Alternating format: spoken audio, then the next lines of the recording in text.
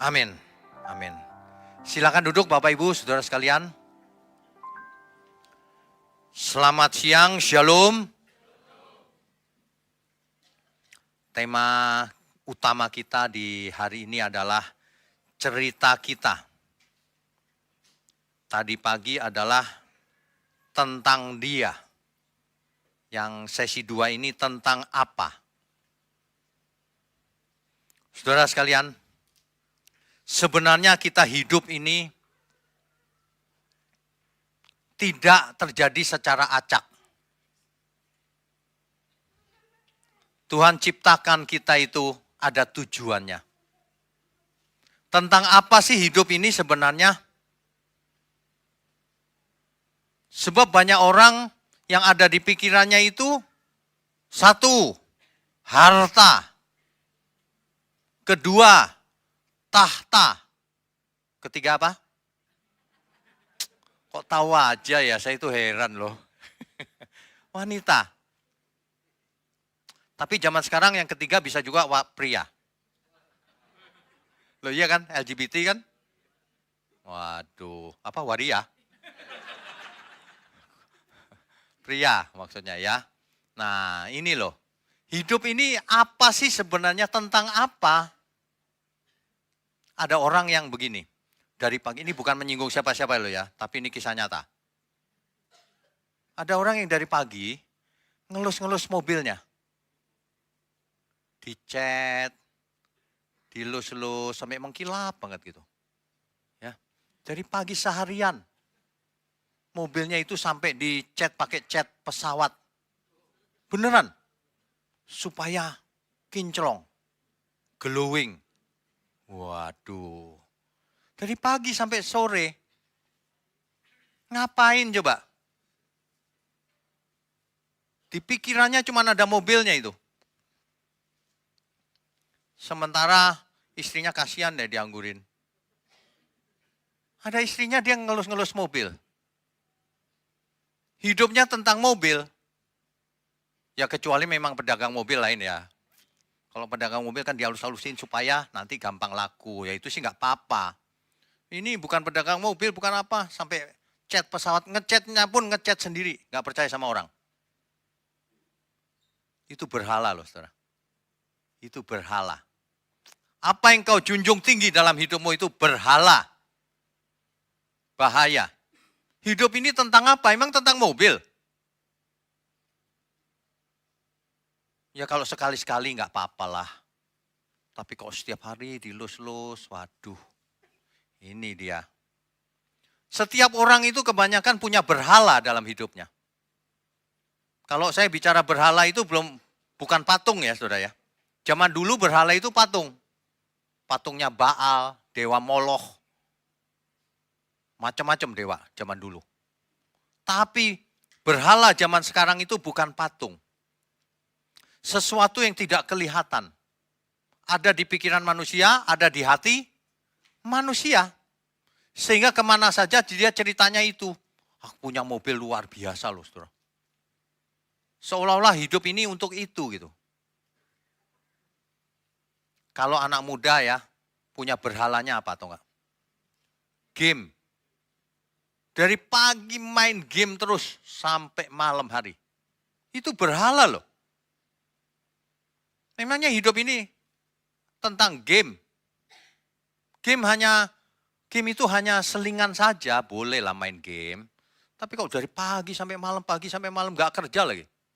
Istrinya sengsara toh. Ada orang pisah gara-gara suaminya gak mau kerja, main game terus dari pagi sampai malam. Pisahlah ditinggal istrinya.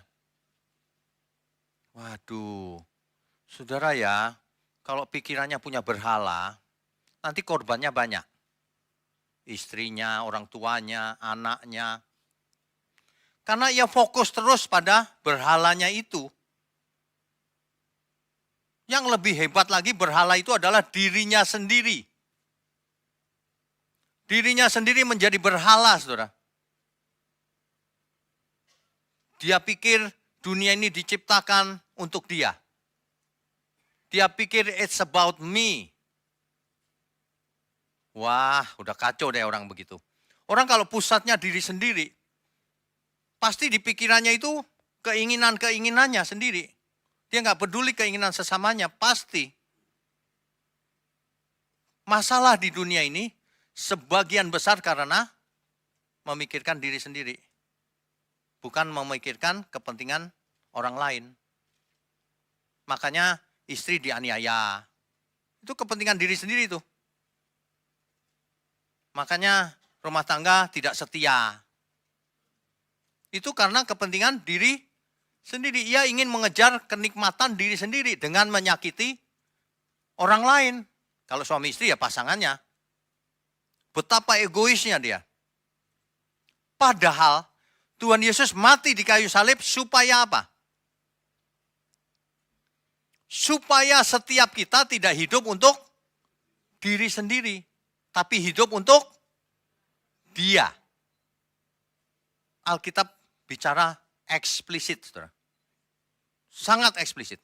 Yesus mati di kayu salib supaya kita semua tidak hidup untuk diri sendiri. Tapi hidup untuk Dia. Itu sebenarnya bukan opsi loh. Itu sebenarnya suatu kewajiban.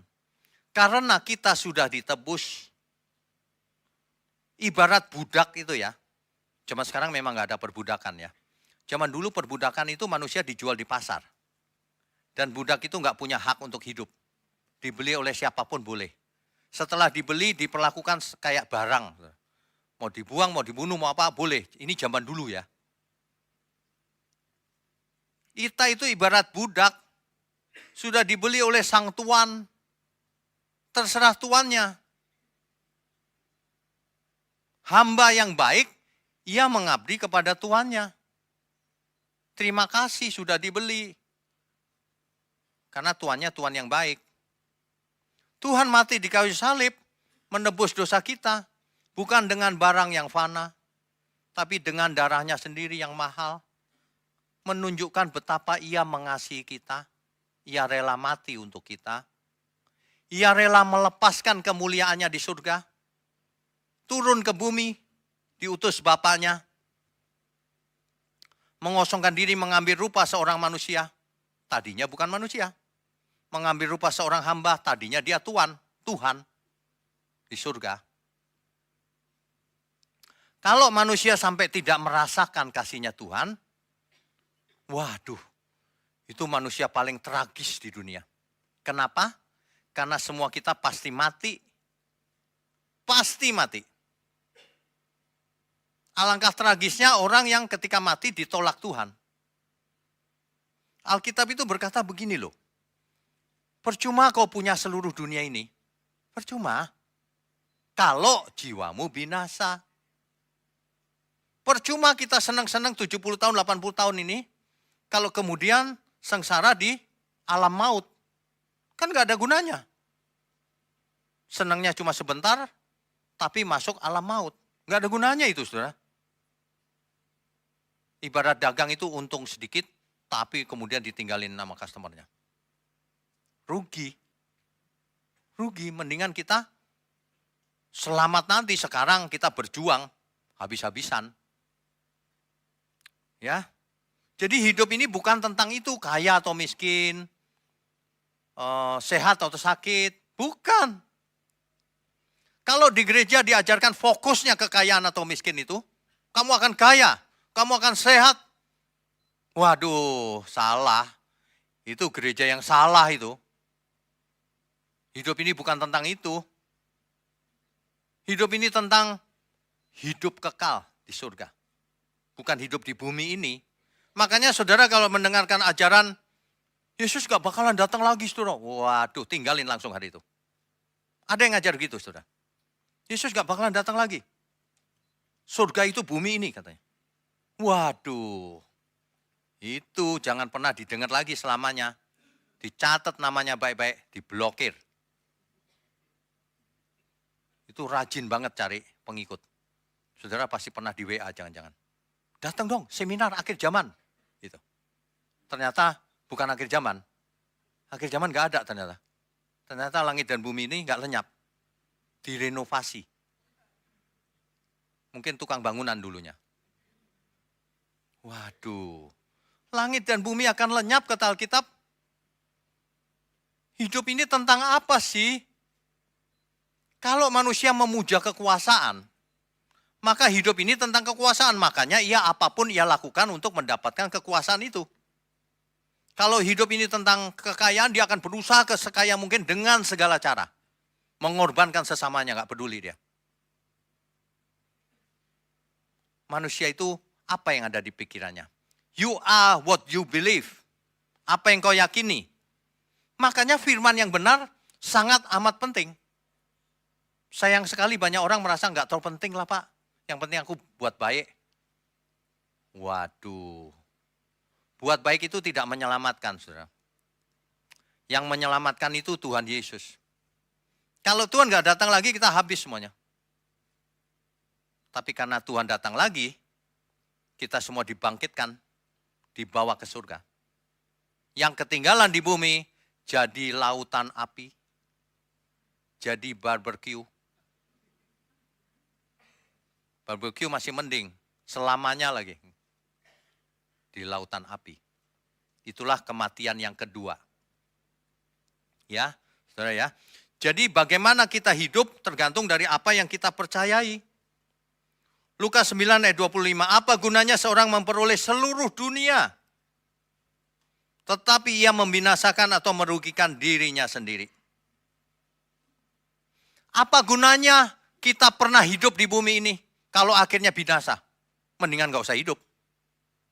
Iya enggak? Ayam lebih enak dari manusia. Ayam mati digoreng itu dia enggak berasa. Dan enggak bakalan dibangkitkan lagi. Tapi manusia mati dibangkitkan lagi. Ngeri enggak itu? Ketika mati jahat-jahat gitu ya. Ketika hidup jahat terus mati. Pas dibangkitkan dia ngeri banget. Kenapa? Enggak diajak sama Tuhan. Ditinggal di bumi. Ia meraung-raung setengah mati di neraka. Percuma juga. Too late. Kok tahu begitu? Bapak sok tahu kayak pernah ke surga aja gitu. Loh, orang lain boleh ngaku naik turun surga. Ada yang ngaku pernah ke neraka lagi, bohong banget itu mah. Pembohong besar itu. Karena apa? Karena neraka belum ada. Dia nggak ngerti berarti. Neraka itu langit dan bumi ini yang akan jadi lautan api. Ngaku ke neraka lagi, bohong besar itu. Ya. Orang yang melawan Alkitab dia bohong besar, saudara. Jangan diikuti. Orang buta menuntun orang buta. Masuk ke jurang, namanya jok buta. Ada lagi yang ngomongnya gini, aku gandeng saudara ke surga. Gandeng kau sendiri belum tentu ke surga. Gandeng lagi. Kalau saya mau promosi gini, nanti saya gendong saudara. Gendong apa? Saya kurus begini, mana saya gendong. Jangan mau dibohongin dengan promosi-promosi seperti itu. Di gereja itu nggak ada promosi, gereja itu nggak ada kebenaran. Mau enak nggak enak didengar, amin. Kalau itu kebenaran. Ada amin? Kan gitu, mantap kan? Pak saya jauh-jauh ke sini dimarah-marahin. Ini namanya obat, saudara. Kalau saudara dengar yang enak-enak terus, itu seperti makan gula. Lama-lama dia diabetes. Dia pikir dia selamat, padahal tidak. Tapi ya manusia itu memang bandel sih emang. Makanya miliki kebiasaan yang benar. Sebab kebiasaan sulit dirubah. Namanya hukum inersia. Inertia law. Mungkin sebagian nggak pernah dengar karena ini jarang digunakan di sehari-hari sih. Hukum inersia. Hukum inersia itu hukum kelembaman dalam bahasa Indonesianya. Dalam segala hal sama itu. Ternyata begini, saudara. Kalau kita ikut naik kereta cepat, berdiri tapi. Kenceng gitu, tiba-tiba keretanya ngerem gitu. Kira-kira kita tetap diem nggak? Karena sudah biasa jalan cepat, ngikut, begitu direm dia tetap mau jalan. Jatuh nggak karuan. Nangkap maksudnya ya?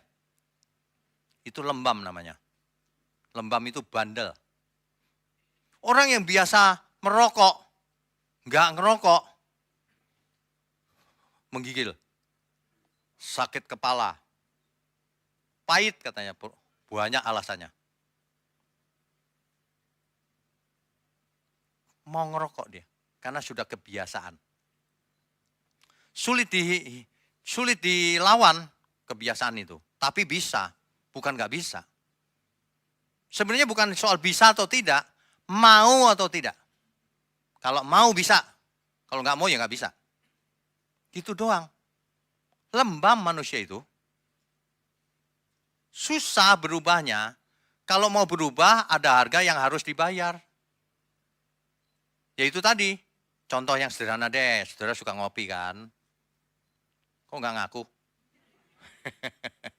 Kan kopi itu enak, seger loh, serius, wangi kan? Coba berhenti, sehari 2 hari, apa yang terjadi? Sakit kepala, ya kan?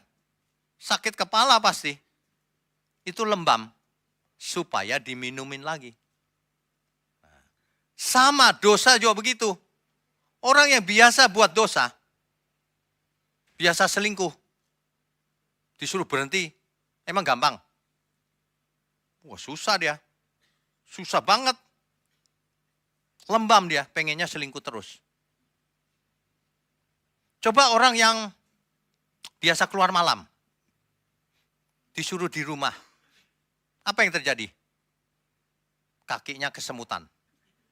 Biasa jalan soalnya, disuruh diam kesemutan dia, yang enggak aja gitu, gatel. Gak ada hubungan, pengen keluar terus ya, lembam. Orang berdosa itu gitu. Kenapa seseorang suka buat dosa? Kenapa? Mesti wawancara nih orang-orang yang suka buat dosa. Contohnya laki-laki. Kenapa laki-laki suka nyeleweng? Di dunia ini, bukan di sini nggak ada. Nggak ada yang ngaku. Di dunia ini kenapa laki-laki suka nyeleweng? Enak katanya. Karena dosa itu enak, nikmat. Kalau nggak nikmat ngapain dilakukan, betul nggak? Nggak usah dimotivasi, dia ngejar sendiri. Nikmat, tetapi ingat, nikmatnya cuma sebentar. Sengsaranya panjang, kan begitu. Ada seorang anak muda dari desa ke kota Jakarta. Di kota Jakarta dia lihat gemerlap malam, jatuhlah ia ke dalam dosa. Ya, baru berapa tahun di Jakarta kena HIV. Enaknya cuma sebentar, kena HIV-nya maut. Matinya sengsara, saudara. Jangan dipikir langsung mati, serangan jantung. Enak langsung mati. Sengsara. Bayangkan, mestinya kita belajar loh. Apa sih gunanya enak sekarang tapi nanti ke neraka gak mau lagi. Tapi ya itu tadi, lembam. Mau sih Pak gak buat dosa, tapi gimana ya, tanganku jadi kesemutan. Loh, alasan. Kau cinta Tuhan apa enggak? Gitu aja deh. Makanya Tuhan Yesus bukan mengajar dengan teori. Kalau mengajar dengan teori, manusia itu lembam. Tapi Tuhan Yesus, lihatlah aku mati buat kamu. Kalau kamu masih nggak mau bertobat juga, nggak ada cara lain udah. Tuhan mati buat kita. Udah yang terbesar udah diberikan sama kita anugerahnya. Cintanya sama kita itu sudah terbesar. Mestinya kita binasa, tapi Tuhan mau mati buat kita. Itu luar biasa loh. Ada nggak yang mau mati buat kita? Dari sejak penciptaan sampai nanti. Kasih contoh. Nggak ada. Para nabi mati untuk dirinya sendiri. Dan gak pernah bangkit. Tapi Tuhan Yesus turun dari surga. Gak salah apa-apa. Alkitab berkata, sebab penyakit kita lah yang ditanggungnya. Dosa kita yang ditanggung Tuhan. Betapa kita tahu cintanya Tuhan ya. Mestinya kalau kita cinta sama Tuhan, kita pun harus membalas cintanya, saudara. Amin ya. Makanya seringkali saya coba memberikan impartasi. Supaya kita semua merasakan cintanya Tuhan. Supaya kita tidak hanya memakai akal kita, yes Tuhan, aku percaya Engkau Tuhan dan Juru Selamat. Percaya tok, setan juga percaya, Yesus Tuhan. Percaya bukan dengan mulut, dengan seluruh keberadaan kita. Pikiran kita percaya enggak? Hati kita mengasihi Tuhan apa enggak? Diperbuat enggak dalam perbuatan nyata? Buktikan. Jangan ngomong tok. Sudah Kristen berapa lama, saudara? Percuma. Label Kristen itu enggak menyelamatkan, saudara. Sebab banyak Kristen KTP. Ya, Kristen KTP, Kristen Natal, Kristen apa lagi? Kalau Natal doang maksudnya yang datang. Kristennya begitu itu, enggak menyelamatkan, saudara. Apakah kita mengasihi Tuhan atau tidak? Itu intinya. Alkitab berkata begini, barang siapa tidak mengasihi Tuhan, terkutuk dia. Terkutuk itu binasa pasti. Ya, jadi kita coba belajar mengasihi Tuhan dengan perasaan kita. Kalau perasaannya main, saudara, maka perbuatannya jadi. Kalau nggak pakai perasaan cuma teori. Makanya ada lagu yang syairnya selain kau tiada yang lain Tuhan. Iya kan? Ada padaku di surga.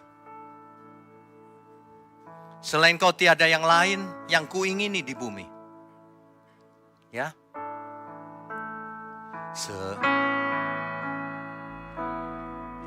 Tiada yang lain ada padaku di surga selain kau tiada yang lain ingini di bumi yang ku ingini di bumi sekalipun dagingku dan hatiku habis lenyap gunung batuku dan bagianku tetaplah Allah selama-lamanya. Kita nggak bisa, saudara, hidup benar hanya pakai teori, pakai logika. Nggak bisa. Lihatlah pemazmur yang menulis gubahan mazmur begitu banyak. Dengan puisi yang luar biasa. Ungkapan hati. Kita harus belajar mengungkapkan hati kita cintanya sama Tuhan. Bohong kalau orang cinta Tuhan tapi tidak mengasihi sesamanya. Bohong besar. Karena dia tidak bisa mengasihi yang ada, apalagi yang tidak kelihatan. Yang kelihatan di depan matanya aja nggak bisa mengasihi. Belajar yang benar, saudara.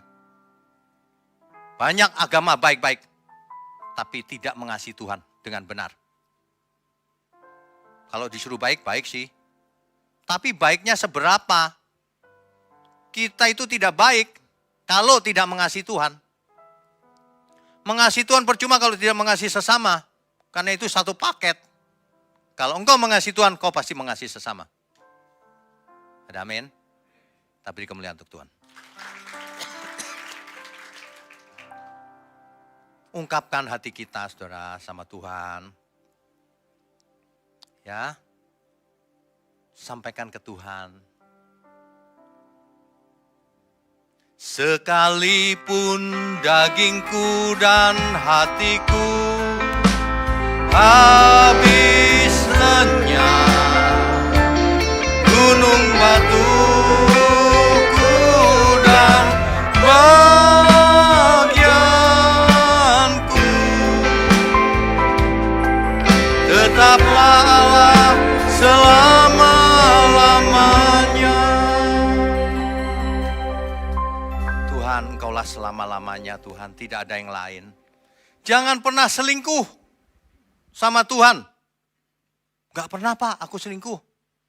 Aku tidak pernah menyembah dewa-dewa itu, Pak. Dewa-dewa Kanaan gak pernah aku sembah. Ya iyalah, Kanaan ada di mana.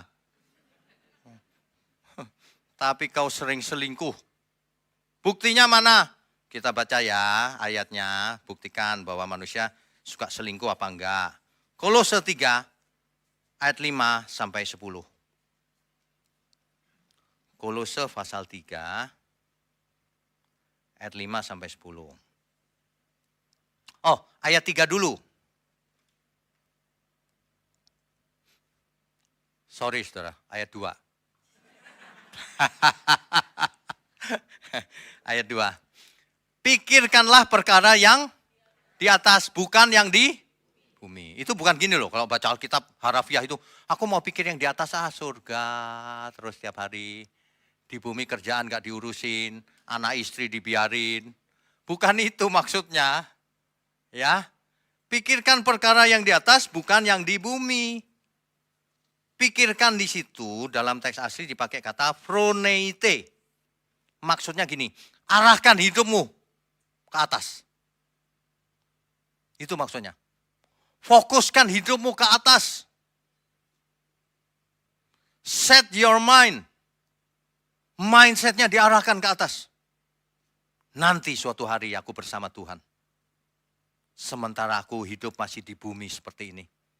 Dengan natur dosa yang ada dalam dagingku ini. Ku matikan natur dosaku ini. Pengen, enggak, mati. Aku mau Tuhan. Kerja yang benar untuk Tuhan. Kerja keras, yang jujur. Aku mau berumah tangga yang benar Tuhan. Suamiku, istriku, ku bawa ke surga. Anakku ku didik dalam kebenaran, serahkan ke Tuhan. Makanya kalau ada anak kecil, penyerahan anak, ya kan? Nanti lebih besar dikit, bawa ke sekolah minggu. Supaya ia dari kecil sudah mengenal Tuhan Yesus. Kalau enggak, saudara dibohongin nanti. Hari ini banyak penyesatan dan pembohong-pembohong itu di dunia itu. Dunia ini gelap loh saudara. Jarang gereja yang marah-marah itu jarang. Biarin aja, pokoknya harus benar kita. Sebab rugi kalau enggak. Untuk apa kita ngumpul-ngumpul begini rame-rame gitu? Kan bukan arisan juga kan? Buat apa kalau tidak menyelamatkan? Kalau tidak mengubah, buat apa coba? Buat apa saya ngotot-ngotot ngomong begini? Kalau tidak mengubah, kalau tidak ada gunanya.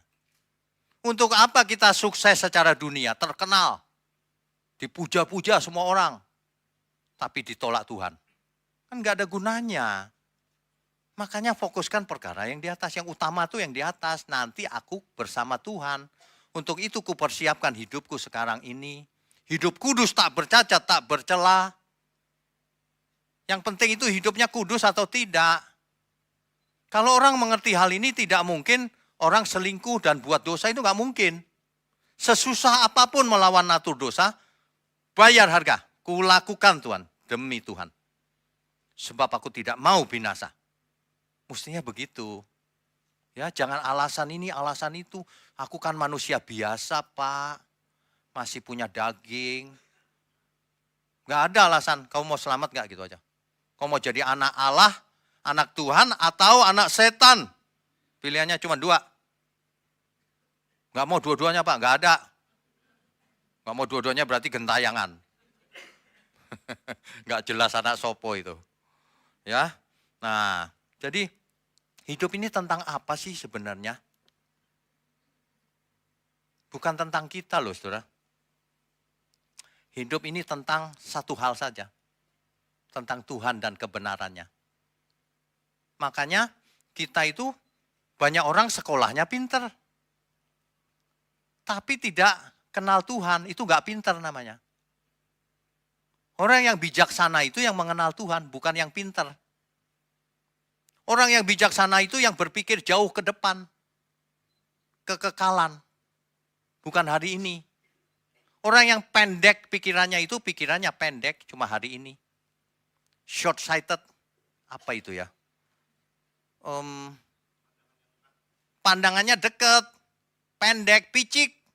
Yang penting untung gede nih. Ada orang dagang gitu tuh. Orang dagang ada yang gitu tuh. Saya ditipu saudara. Sekian loh. Waduh, tadi katanya, makanya saudara gini kalau sama teman sendiri ya, dagang gitu ya, berapa bro? Gampang lah sama teman, nah itu jangan mau. Itu jangan mau saudara. Gampang itu gampang buat dia, susah buat kita. Gampang, dulu saya iyain loh. Gampang, oh ya udah mungkin teman ya. Gampang, katanya gampang bikin invoice dia. Gak taunya mahal sekali, waduh. Waduh ternyata gampang tuh begitu ya. Gampang buat lu, susah buat gua ya. Jangan mau sekarang, gampang, gak ada. Tulis. Kalau nggak mau nulis ya udah nggak usah. Gampang lagi. Jangan gampangin hidup ini. Manusia itu ya kelihatan dari cara bicaranya, dari cara apa yang ia lakukan.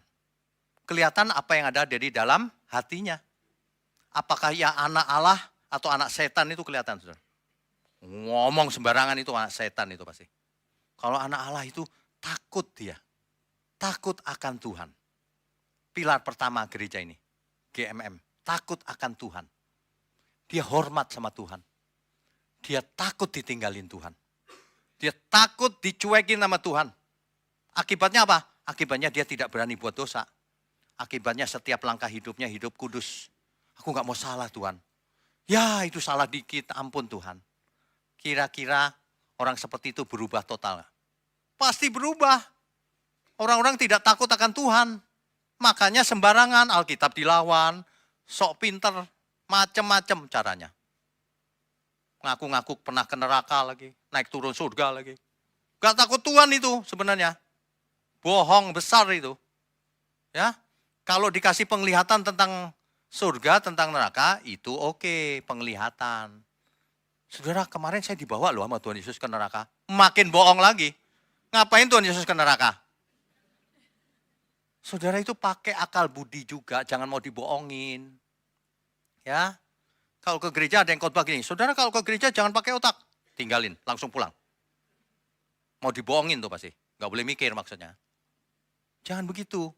Sebab kita harus mengasihi Tuhan dengan segenap akal budi juga.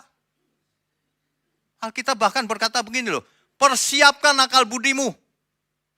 Disuruh mempersiapkan menghadap Tuhan. Barulah berapa ayat kemudian, kuduslah kamu. Sebab aku kudus. Pakai akal budinya. Pakai perasaannya. Barulah hidup kudus. Gak bisa kudus sembarangan. Ya, makanya hidup ini tentang apa sebenarnya? Apa sih yang kita kejar selama kita hidup ini? Itulah berhala kita. Yang kita kejar siapa? Mestinya Tuhan dan kebenarannya. Bukan yang lain-lain. Kalau kita dagang dengan hebat, bagus. Tapi bukan karena ngejar itu. Karena nanti kalau uangku banyak, aku bisa pakai untuk memberkati banyak orang, anak istriku, orang tua, didik yang benar anak-anak supaya pinter. Iya kan? Kan mestinya begitu. Sebagian lagi dukung pekerjaan Tuhan, sebagian lagi siapa yang bisa didukung kalau uangnya banyak sekali kan gitu. Kalau uangnya pas-pasan ya hidup hemat. Kan gitu. Kalau pas-pasan banget gak usah kasih persepuluhan ke gereja. Apa? Gak usah. Tapi persembahkan seluruh hidup kita untuk Tuhan. Amin. Jangan buat dosa. Firman Tuhan berkata begini, yang ku kehendaki bukan persembahan, tapi belas kasihan. Yang dikehendaki Tuhan itu bukan persembahan duit, bukan. Tapi kita memiliki belas kasihan. Mengasihi sesama. Itu nilainya tak terhingga, saudara. Tak terhingga nilainya. Ya, bukan uang yang diinginkan Tuhan. Kalau uang kan karena mau bayar listrik, bayar ini. Untuk operasional. Itu sih nggak masalah, tapi jangan diteken-tekenin gitu loh. Kalau gitu boleh kasih persembahan Pak? Ya boleh, masa nggak kasih persembahan? Tapi bukan diancam-ancam kalau enggak nanti belalang pelahap. Belalang pelahap yang mana lagi? Belalang pelahap datang semprot anti serangga, mati dia. Hidup ini cuma satu kali loh saudara. Ya, jadi jangan sampai kita meleset. Manusia itu hidupnya tragis sebenarnya saudara. Manusia itu singkat umurnya. 70 sampai 80 tahun. Jangan sampai kita melewati dengan sembarangan. Mulai sekarang coba dipikir kembali. Suami istri mulai ya saling pandang-pandangan. Iya dulu aku salah ya ma. Gitu. Si mamanya, iya aku juga salah. Waktu itu kamu kasar kan? Makanannya aku campur aja. Aduh, sorry ya Pak itu. Yang mana? Saudara ya, saudara mesti punya hikmat juga. Kadang-kadang kita di kendaraan umum, ini gimana ya supaya nggak ada yang tersinggung ya. Di kendaraan lah pokoknya ya, ada seorang kaya raya, pakai pesawat lagi, kapal pesiar yang mahal. Terus ceritanya dia pesan makanan. Makanannya itu habis menu itu. Marah habis dia. Panggil kaptennya, panggil manajernya, semua panggil. Marah-marah gak karuan. Pramugarinya, baiklah kita carikan ya. Dikumpulin sisa-sisa. Ini kisah nyata ini. Dikumpulin sisa-sisa, dipanasin kan. Diatur yang rapi, dibagusin gitu. Udah, kasih. Nah begini enak. Pramugarinya cekik kan. Rasain loh. Jangan aneh-aneh. Ya, sama orang jangan aneh-aneh. Rugi sendiri. Makanya nanti suaminya mulai sekarang ya mah. Kamu gak usah masak lagi mah. Kalau lagi marah aku gak makan di rumah mah. Gak boleh loh ya istri-istri ya. Gak boleh. Harus saling memaafkan, mengampuni. Hidup ini tentang kebenaran, tentang Tuhan. Bukan tentang diri kita. Diri kita ini mau dihina, mau diapain aja, udahlah gak apa-apa. Gak rugi apa-apa kok kita. Saudara lihat aja komen-komen di YouTube tentang saya. Wah ngomong gak karuan kan nyerang. Emang saya rugi? Enggak. Yang rugi siapa? Dia sendiri. Ketahuan mulutnya bocor. Ya kan? Makanya kalau ada komentar yang negatif itu saya diemin aja. Saya pakai kitab ayat Amsal. Biarlah orang bodoh memperlihatkan kebodohannya. Biarin aja biar belajar. Habis mulut gak dijaga. Mestinya setiap ketikan tangan kita, mulut kita ini dipakai untuk memberkati, bukan? Kalaupun kita lihat orang lain itu salah dan benar-benar salah, ya kita juga boleh menghakimi, apalagi mengumumkan di sosial media, kan gak boleh. Kita kasih kesempatan setiap orang untuk bertobat lagi. Ayo rumah tangga yang sering berantem, bertobat lagi sekarang. Dulu ngapain nikah kalau berantem terus, saya mau nanya. Nikah mau cari apa dulu? Mau cari pasangan hidup atau sparring partner? Iya kan? Udahlah istri seperti apa, suami seperti apa, udah tutup. Tutup apa itu? Kacamata kuda ya namanya ya? Oh. Tutup pakai kacamata kuda. Gitu loh, udah gak usah lihat kiri kanan lagi. Udah terlambat. Tapi gak masalah kok. Mau terlambat kayak mau salah jodoh, gak masalah. Ke depan yang benar, berdua. Ada amin? Nah iyalah, yang lalu ngapain diingat-ingat ke depan aja, yuk kita sama-sama yang benar. Kan gitu, hidup cuma satu kali.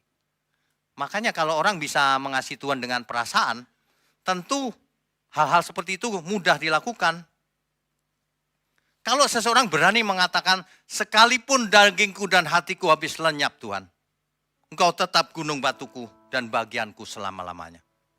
Kalau perasaannya benar-benar mengalir dari hati, gak mungkin dia berbuat dosa. Gak mungkin dia kasar sama istrinya, gak mungkin dia istri cerewet sama suaminya. Pasti saling mendukung, saling mengasihi. Pasti begitu harusnya. Ya, ada amin? Nah makanya topik hari ini tidak seperti biasanya. Ini kehidupan sehari-hari. Saudara, kita belum baca tadi ya. Kolose 3 ayat 5 sampai 10. Tadi ayat 3-nya pikirkan perkara yang di atas. Fokus ke atas. Jadi waktu aku dagang ini untuk bekal nanti ke surga. Ayat 5. Karena itu matikanlah dalam dirimu segala sesuatu yang duniawi. Apa itu?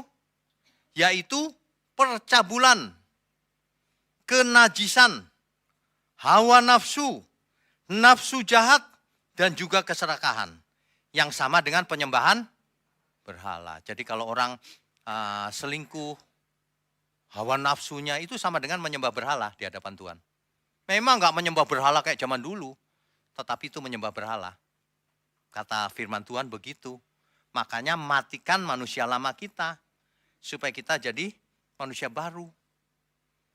Ayat 6. Semuanya itu mendatangkan murka Allah atas orang-orang durhaka. Ayat 7 kita diingatkan, dahulu kamu juga melakukan hal-hal itu ketika kamu hidup di dalamnya. Dulu gitu kan, dulu. Nah, ke depan jangan lagi ya. Berapa kali mesti diingatkan. Ayat 8. Tetapi sekarang buanglah semuanya ini, yaitu marah, geram, kejahatan, fitnah, dan kata-kata kotor yang keluar dari mulutmu.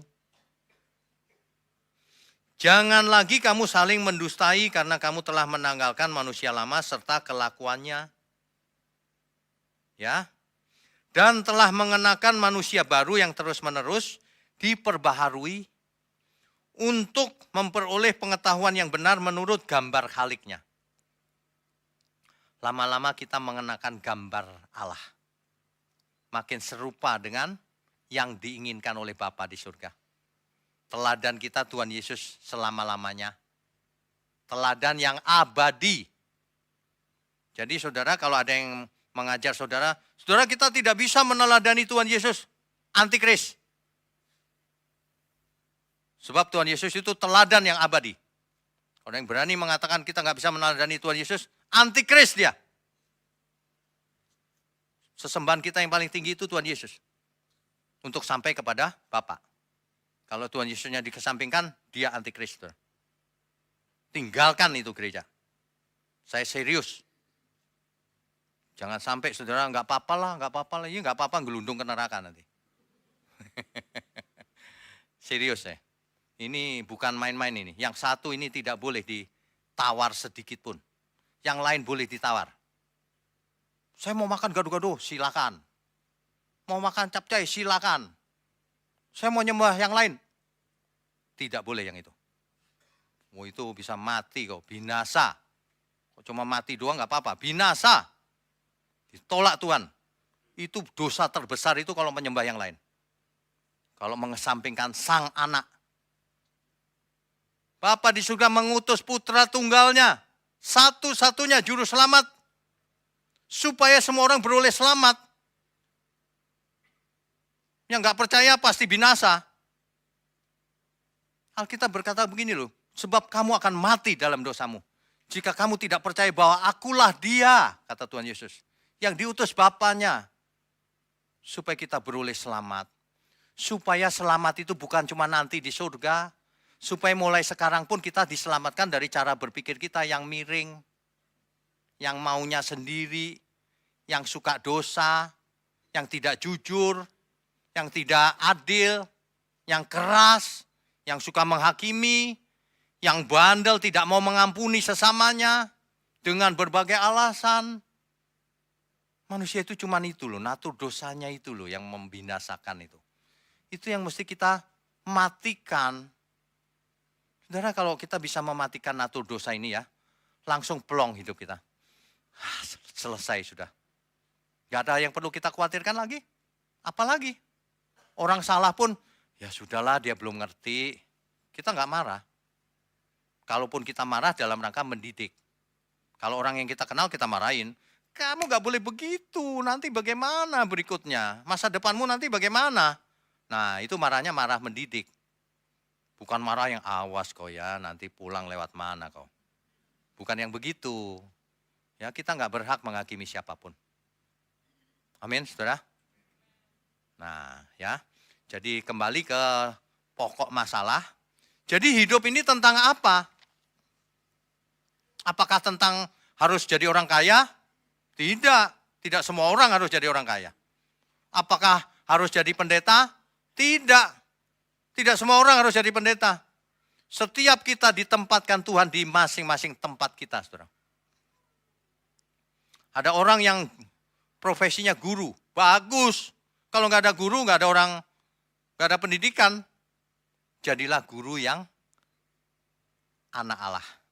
Mendidik anak dengan kasih, bukan cuma teorinya. Impartasi rohnya itu dirasakan anak didiknya. Guruku ini teladanku, idolaku. Teladan maksudnya. Mestinya begitu jadi guru. Jangan gini, oh, itu guru paling killer tuh. Males, dosen paling killer itu.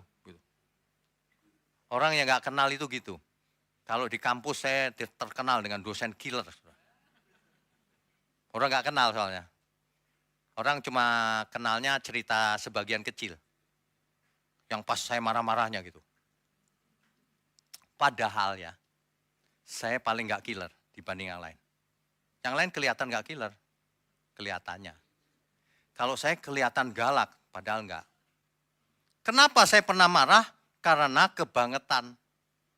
Ada mahasiswa saya, S3 ini, doktor. S3 udah lain harusnya ya, jangan kayak sarjana biasa S1 ya. S3 doktor, maju ujian proposal ceritanya, di awal. Kan mestinya dia kirim saya dulu, bab 1, bab 2. Nggak dikirim. Hari itu tiba-tiba maju, saya kaget juga ini. Nggak pernah ngirim, nggak pernah apa. Tiba-tiba gitu, nodong kan namanya. Ya udah nggak apa-apa lah. Saya baca bab 1. Dia ngomong gini, gereja ini mengajarkan Dwi Tunggal. Loh. Lalu saya tanya, loh kenapa? Kok Bapak bilang bahwa kita mengajarkan Dwi Tunggal? Buktinya mana? Kan setiap tulisan harus ada dokumen pendukungnya ya. Buktinya mana? Dia ngomongnya apa, saudara? Itu bab 1 loh. Enggak, saya nggak nulis gitu. Loh lah ini tulisan siapa? Enggak, Pak. Oh iya, saya lupa. Saya balikin semua. Pulang. Itu artinya dia dibuatin orang. Kalau dibuatin orang minimal belajarlah. Masa tulisannya sendiri? Enggak, saya nggak nulis. Loh, saya usir dia. Saya usir. Itu yang dibilang killer. Sementara orang lain yang mengerjakan baik-baik meskipun nggak terlalu baik ya nggak apa-apa lah. Sini diperbarui, dibagusin nih gini. Kan nggak masalah. Tapi kalau itu kebangetan itu. Masa saya mesti gini? Ya udah nggak apa-apa. Oh, sambil geledek saya nanti. Iya nggak? Jadi yang kebangetan siapa nih? Kamu terlalu deh. Saya terlalu sabar kali ya. Sampai dicobai seperti itu. Aduh, saudara, hidup ini cuma satu kali, kita buat enak saja, amin. Tapi enaknya di dalam Tuhan. Jangan enak suka-suka sendiri, nggak boleh lah. Kita bikin simple saja, tapi di dalam Tuhan. Gitu loh maksudnya. Makanya saya sering bicarakan, Bapak Ibu, kita ada doa pagi, setiap pagi kecuali hari Minggu ya, jam 5 pagi. Ikuti itu. Nanti malam hari sebelum tidur ada renungan malam. Cuma 5 menit nggak nyampe. Ya, ditahan, jangan tidur dulu, 5 menit. Masa 5 menit aja udah ketiduran. Terus di tengah-tengah hari ada potongan-potongan khotbah, ya kan? Ada. Kemudian apa lagi ya? Oh, sebulan 2 kali ada impartasi namanya. Nah kalau itu khusus pelayan Tuhan, tetapi jemaat bisa datang.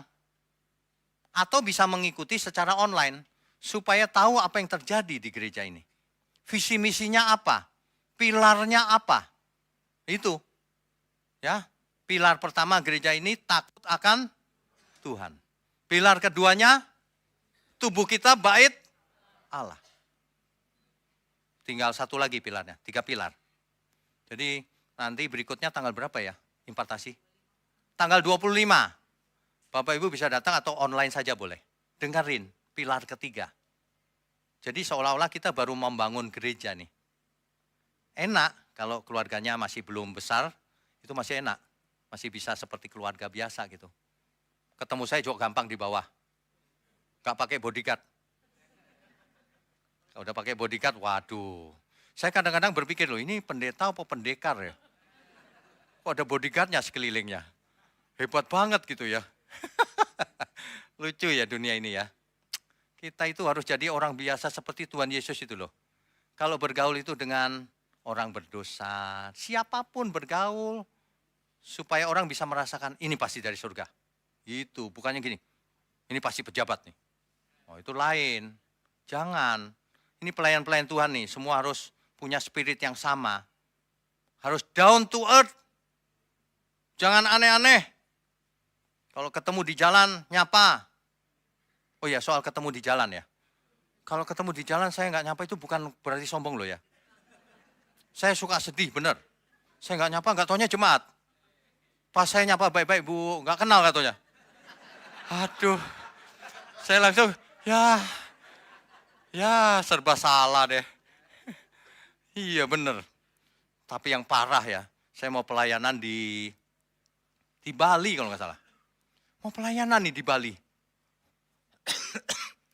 Saya mampir di, apa itu namanya, warung kecil itu kan di bandara. Saya di paling belakang nih, tembok belakang saya. Saya duduk ini. Enggak di paling belakang nih, dua. Satu lagi ada orang di paling belakang. Dua gini. Di depan saya ada bapak-bapak loh. Bapak-bapak itu tiba-tiba gini. Loh, kenal berarti ya? Saya juga gini. Terus bapak itu berdiri. Saya juga berdiri dong. Terus saya begini kan. Terus dia gitu. Aduh. Saya langsung begini.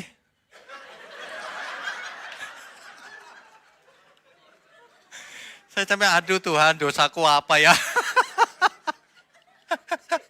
Itu paling berkesan itu. Aduh, sering tuh begitu. Makanya kalau di tempat umum saya suka nggak berani natap wajah orang. Itu pencobaan buat saya. Di lift juga pernah tuh. Saya diem aja gitu kan, nggak berani ngeliat. Di samping ibu-ibu. Pak.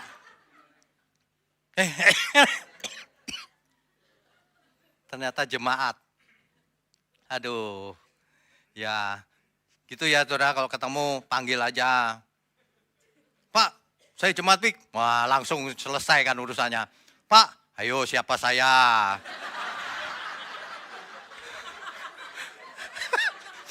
Saya langsung, ya ada yang begitu. Bapak lupakan dulu. Aduh, ngomong lupa nggak enak. Ngomong nggak lupa bohong banget. Saya sampai, aduh Tuhan, pencobaan lagi. Aduh, langsung aja ya saudara ya. Pak Wino, halo. Gitu, mantap. Saya jadi nyaman juga. Enak. Sapa aja saudara. Hidup ini kita buat seperti saudara aja di dalam Tuhan. Ya memang saudara kita. Siapa bilang kita bukan saudara? Iya kan? Mantap nih. Siang ini saya happy banget mengingat soal pencobaan. Oke, jadi hidup ini tentang Tuhan dan kebenarannya. Kalau kita mau nurut, baru kita bisa tahu ininya apa? Dampaknya. Baru kita mengerti. Kalau dipikir doang nggak ngerti, hidup ini tentang Tuhan dan kebenarannya apa sih gitu. Tapi kalau kita lakukan gitu, iya juga ya. Tiba-tiba semuanya membaik. Tiba-tiba semuanya menjadi bermakna dalam hidup kita. Kalau pusatnya Tuhan, maka semuanya menjadi bermakna. Pekerjaanku punya makna. Keluargaku punya makna. Supaya dibawa ke Tuhan. Bisnisku jadi punya makna. Bermakna. Keluargaku jadi punya makna. Keluarga Allah di bumi. Semuanya jadi punya arti, saudara. Hidup ini jadi rohnya menyala-nyala. Ketika pagi bangun, terima kasih Tuhan. Nyaman, damai di hati. Terima kasih Tuhan untuk hidup ini. Ajari aku terus untuk menjadi berkat. Kan begitu. Pakailah aku Tuhan di sisa umur hidupku ini. Apa yang harus kulakukan. Aku tahu hidup hanya satu kali. Kemudian mati dan dihakimi. Hidup ini adalah kesempatan, aku tahu Tuhan. Dan kesempatan tidak datang dua kali. Cuma satu-satunya kesempatan hidup ini. Ya. Amin ya. Saudara, kalau kita lagi ada di gereja, itu biasanya rohnya tersulut tuh. Oleh khotbah, oleh impartasi ya. Tapi harus dijaga. Ketika keluar dari gereja, harus dipaksa menyala terus. Ketika menghadapi masalah di jalan, di mana, aku harus tetap menyala. Ya, harus tetap menyala. Sebab untuk itulah kita hidup, memancarkan kemuliaan Tuhan kemanapun kita pergi. Makanya paksa Tuhan, paksalah saudara hidup kita itu. Pakailah aku Tuhan, hidup cuma satu kali. Saudara ya, saya kan pernah cerita tuh, di sampingnya MAG itu saya waktu jalan belok kiri, itu rempet sama mobil serempetan itu. Yang keluar galak banget saudara. Tapi ternyata cewek kecil tapi galak banget. Wih, kenapa ya dia ya? Jangan-jangan kerasukan setan. Ya itu apa? Wah gitu, gayanya gitu, padahal kecil. Udah diam. Nih, saya ganti. Udah nggak usah siapa yang salah. Saya ganti aja udah. Enggak, KTP. Loh, kok KTP segala? Ini KTP saya, mau apa lagi? Saya pendeta di sini. Di dekat sini. Masa kau nggak percaya? Mau ke gereja sekarang, ayo. Oh iya om. Langsung jadi om. Coba kalau saya ngomong, emang gue punya ponakan lu? Panggil om. Galak banget. Saya cuma kasih tahu, kamu jangan gitu, nanti kamu digamparin orang kalau ketemu yang preman.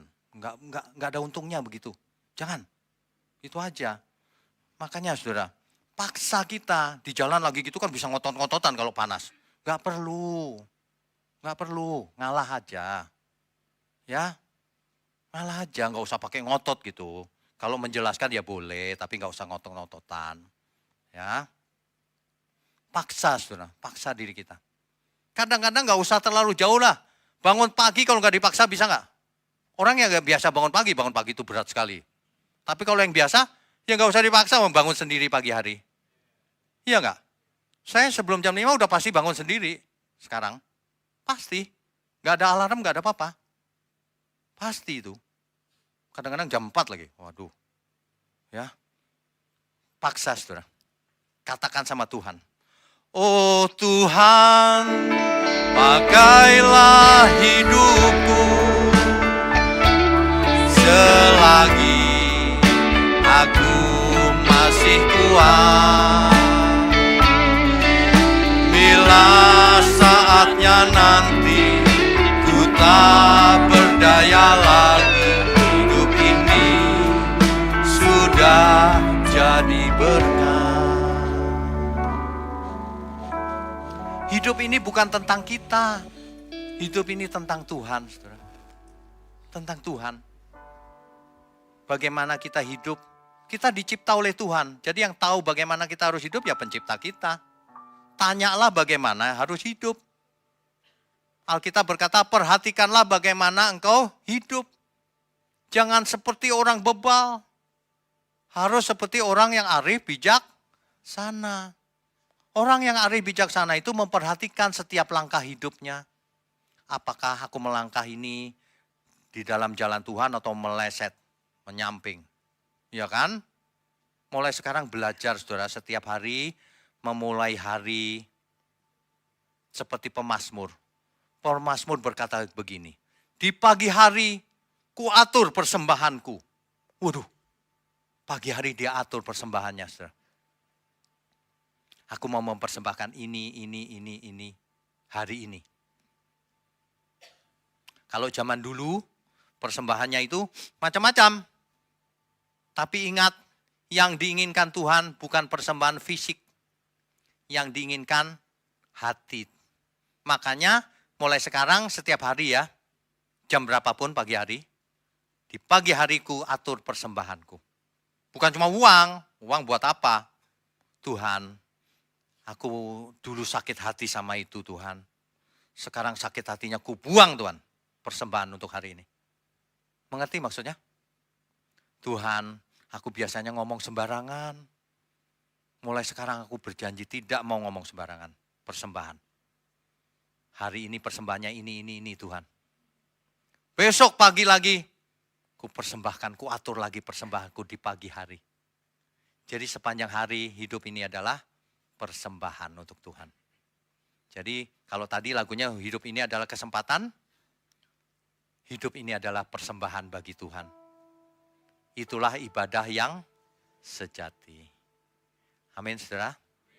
Amin, beri kemuliaan untuk Tuhan. Baik, saya undang semua untuk bangkit berdiri. Bapak Ibu, saudara sekalian, katekisasi baptisan sudah dimulai. Bagi yang mau ikut katekisasi masih bisa, dipersilakan. Nanti Februari ada baptisan, ya. Kemudian ikuti seminar 7 natur kebenaran, supaya kita bisa membedakan mana yang benar, mana yang salah. Saudara belajar bertumbuh bersama GMM, karena GMM ini masih muda umurnya, dan belum besar, jadi kesempatan untuk belajar nih. Ikuti program-program terus. Bagikan link-link kebenaran kepada semua orang, teman kita, saudara kita, supaya berubah. Kalau berubah yang untung bukan kita, saudara sendiri. Kita semua beruntung sebagai keluarga. Semuanya berubah. Amin ya. Jangan sia-siakan kesempatan yang ada. Hidup ini adalah kesempatan.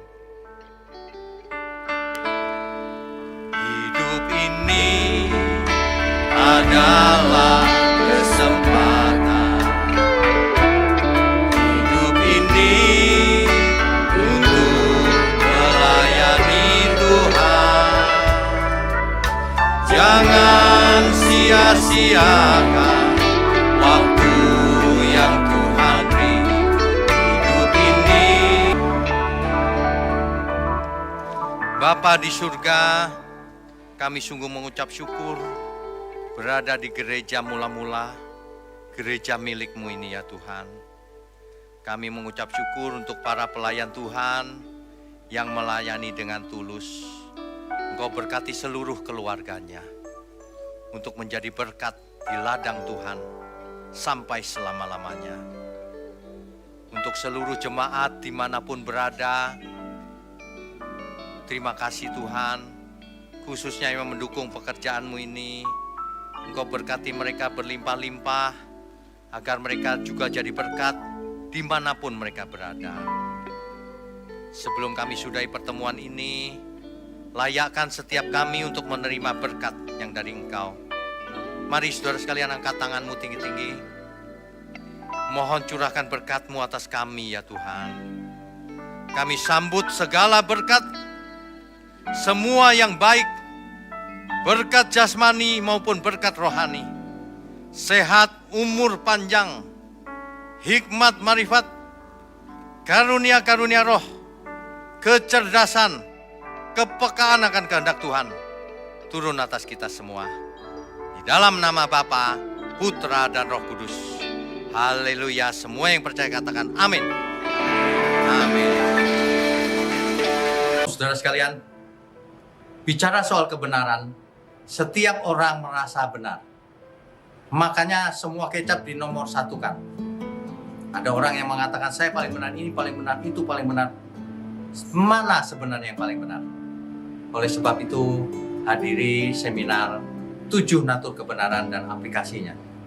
Seminar ini wajib dihadiri oleh para teolog, apologet, pengkhotbah, bahkan oleh para jemaat sendiri, agar kita bisa membedakan manakah yang benar, manakah yang salah. Inilah alat uji kebenaran yang sangat objektif dan alkitabiah. Pastikan saudara ikut dan ajak seluruh saudara dan sahabat-sahabat. Bapak-bapak dan ibu-ibu yang terkasih dimanapun berada, yuk kita belajar pelajaran Alkitab bersama secara online setiap hari Rabu jam 7 malam bersama pendeta Bapak Wignio Tanto secara online, bisa melalui Zoom. Tetapi kita harus mendaftarkan dulu ke nomor berikut ini. Selamat bergabung dan Tuhan Yesus memberkati.